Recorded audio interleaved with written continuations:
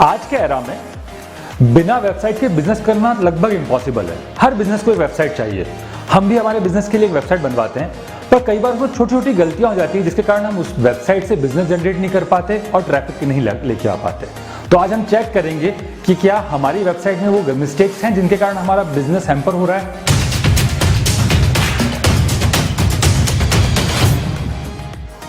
Hi, I am Pushpendra Singh और आज हम उन 10 वेबसाइट की मिस्टेक्स के बारे में बात करने वाले हैं जिनके कारण आपका वेबसाइट के थ्रू आने वाला बिजनेस कम हो जाता है। तो चलिए शुरू करते हैं।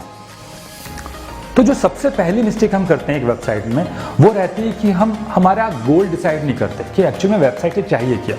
बिजनेस भी चाहिए या सिर्फ हमारे प्रोडक्ट्स को दिखाना चाहते हैं या वहाँ से हम ऑनलाइन ट्रांजेक्शन करना चाहते हैं। हम जनरली क्या करते हैं, कोई एक थीम लेते हैं और उस पर वेबसाइट बना देते हैं। तो सबसे पहला काम आप करिए कि डिसाइड करिए आपको एक्चुअल में आपकी वेबसाइट से क्या चाहिए। किसी डेवलपर के साथ बैठिए, 2-3 जगह पढ़िए और उस गोल को डिसाइड जब कर लेते हैं उसके हिसाब से अपनी वेबसाइट बनवाइए। जो हमारी दूसरी मिस्टेक होती है वो ये रहती है कि हम कंटेंट को ढंग से प्लेस नहीं कर पाते। या तो हम बहुत ज़्यादा भर देते हैं वेबसाइट को या खाली छोड़ देते हैं। तो यहाँ पे आपको मैं 1 या 2 टिप देना चाहता हूँ। पहली टिप, 3 फॉन्ट साइज यूज़ करिए। एक जो मेन हेडिंग के लिए, दूसरी सब हेडिंग के लिए और तीसरी बाकी कंटेंट के लिए। दूसरी चीज़, उनको ब्रेक में लिखिए, मतलब एक एक पैराग्राफ में, ताकि आदमी अलग अलग पढ़ सके। तीसरा, कहीं भी फॉन्ट साइज 16 से कम मत रखिएगा। 16 आपकी साइज होनी चाहिए। और देखिए, एक बार जब वेबसाइट बन जाती है, देखिए क्या वो रीडेबल है, क्या उसको पढ़ने में मज़ा आ रहा है और क्या उन सब हेडिंग से आपके प्रोडक्ट और सर्विसेज के बारे में मालूम पड़ रहा है। अगर ये क्लियर है तो आपका कंटेंट ढंग से वहाँ पे प्लेस्ड है। एक और बहुत बड़ी मिस्टेक करते हैं हम कंटेंट कहीं से कॉपी कर लेते हैं, थोड़ा सा एडिट करते हैं, हमारे वेबसाइट पे डाल देते हैं। हमको लगता है कौन देख रहा है। मेरे एक क्लाइंट ने स्कूल ओपन किया, उन्होंने स्कूल की वेबसाइट ली और करा क्या, लंदन के किसी स्कूल का कंटेंट लिया और यहाँ कॉपी कर दिया। अब उनका एसईओ ऊपर नहीं उठ रहा था, बिकॉज कोई नहीं देख रहा पर गूगल देख रहा है और वो प्लेजरिज्म में आपका एसईओ की रैंकिंग कम कर देता है। तो आपका खुद का ओरिजिनल कंटेंट क्रिएट करिए और उसको डालिए बजाय कॉपी पेस्ट करने के। एक बहुत बड़ी गलती होती है कि जो हम इमेजेस वेबसाइट में यूज करते हैं उनको ऑप्टिमाइज नहीं करते। पहले साइज में देखिए, आपकी वेबसाइट की लोड स्पीड अच्छी होनी चाहिए, जल्दी खुलनी चाहिए। तो इसके लिए कोशिश करिए कि जो भी वेबसाइट में आप इमेजेस लगा रहे हैं उनका साइज 100-150 KB से ऊपर ना हो। इसके लिए बहुत सारे टूल्स आते हैं जिनको आप यूज कर सकते हैं। दूसरा, उनकी हेडिंग, जो आपका नाम होता है किसी भी इमेज का, कोई फाइल का नाम, वो नाम वो रखिए जो आपके कीवर्ड्स हों। दूसरा, राइट क्लिक कभी भी इमेज पे करेंगे तो प्रॉपर्टीज में डिटेल्स में जाइए आप और वहाँ टैग्स में अपने कीवर्ड्स डालिए। इससे आपका एसईओ स्ट्रांग होगा। आप समझिए, आप सिंपल इमेज अपलोड कर देंगे तो जब गूगल इमेजेस भी सर्च करता है तो उसको पता ही नहीं इमेज किस चीज़ के लिए है, पर आप उस इमेज का जो हेडिंग है वो आपके प्रोडक्ट या सर्विसेज के साथ रिलेट करके लिखेंगे, जो कीवर्ड आप यूज़ करना चाहते हैं। और राइट क्लिक करके जब आप डिटेल्स में जाके, प्रॉपर्टीज में डिटेल्स में जाकर वहाँ पे जब आप अपने कीवर्ड अपलोड कर देंगे तो उससे भी आपका इमेज ऑप्टिमाइजेशन होगा, एसईओ होगा और आपकी वेबसाइट की रैंकिंग बढ़ेगी। और मेरे हिसाब से जो सबसे बड़ी मिस्टेक हम हमारी वेबसाइट में करते हैं वो करते हैं कि हम हमारी लीड के लिए प्लानिंग नहीं करते कि कहाँ से लीड आ सकती हैं।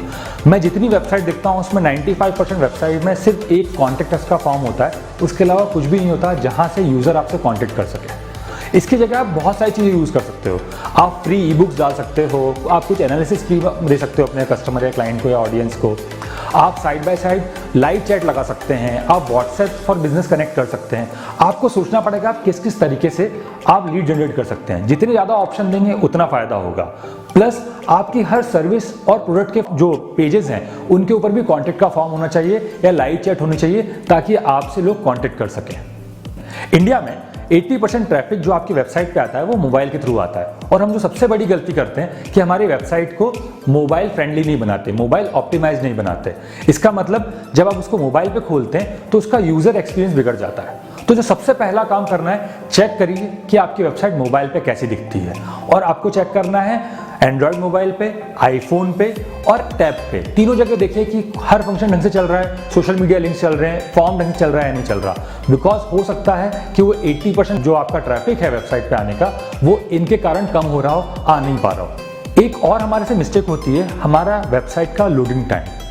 अगर आपका पहला पेज लोड होने में 3 सेकंड से ज़्यादा टाइम ले रहा है, इसका मतलब आप ट्रैफिक और बिजनेस दोनों खो रहे हैं। तो आपको कोशिश करनी है कि आपका फ्रंट पेज, आपका वेबसाइट का मेन पेज 3 सेकंड के अंदर अपलोड हो जाए। इसके लिए आप बहुत सारी चीज़ें कर सकते हैं। आप अपनी वेबसाइट में CDN लगा सकते हैं, इमेज ऑप्टिमाइज कर सकते हैं, आपके CSS फाइल्स हैं उनकी लेंथ शॉर्ट कर सकते हैं। आपने डेवलपर से बात करिए, आप उससे टेक्निकली मत बात करिए, आपसे बोलिए कि मुझे इसका लोडिंग टाइम 3 सेकंड के आसपास करना है। एक बार अगर आपका वेबसाइट का पेज 3 सेकंड में लोड होने लगा, इसका मतलब आपका 100% ट्रैफिक आपके पास आ रहा है। देखिए, आपकी वेबसाइट को आप ब्रोशर ना समझें कि एक बार बना लिया और काम खत्म हो गया।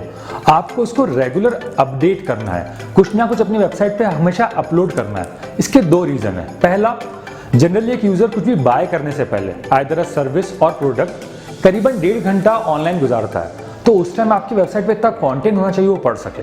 दूसरी चीज, अगर आप इसके अपडेशन नहीं करते हैं तो गूगल आपकी सर्च इंजन रैंकिंग गिरा देता है, आपका SEO की रैंकिंग खराब होती है। तो आपको रेगुलर अपडेट करना बहुत इंपॉर्टेंट है।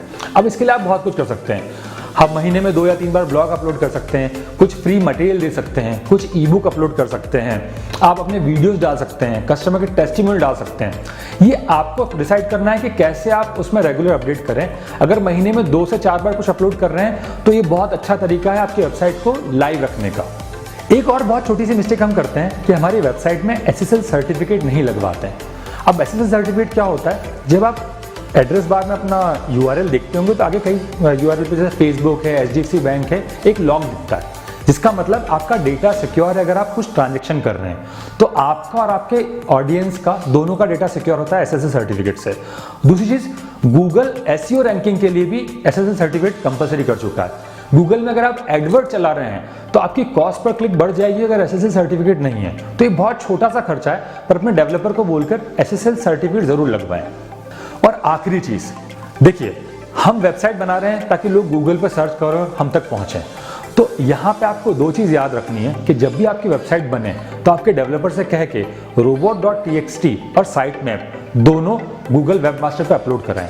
अगर आप ये नहीं करवाते हैं तो आपकी वेबसाइट को गूगल रीड नहीं कर पाएगा। फिर आप कितना ही अच्छा कंटेंट डालें, ब्लॉग डालें, ईबुक लिखें, कुछ भी करें, पर अगर वो दोनों फाइल वेबमास्टर पे नहीं है, उसके कंसोल पे नहीं है, तो आपकी साइट रीड नहीं होगी। तो ये काम आप सबसे पहले करवाइए। तो आज मैंने जितनी मिस्टेक्स आपको बताई हैं वो लगभग 90% बिजनेस वेबसाइट में मिलती हैं, पर अच्छी बात यह है कि इनको सॉल्व करना या रिजॉल्व करना बहुत मुश्किल काम नहीं है। तो प्लीज़ चेक इट और फटाफट इनको सही कराइए ताकि आप अपना बिजनेस जनरेट कर सकें। और अगर आपको पता करना है कि एक विनिंग वेबसाइट कैसी होती है जिसके थ्रू आप कंटिन्यूस बिजनेस ला सकते हैं, कंटिन्यूस लीड जनरेट कर सकते हैं, तो you can join my free session, a master class on winning websites. It's on 7th of March 11:30 AM। जो लिंक है वो आपको डिस्क्रिप्शन में मिल जाएगी। Please register now because limited seats हैं और पता करिए एक अच्छी वेबसाइट कैसे बना सकते हैं।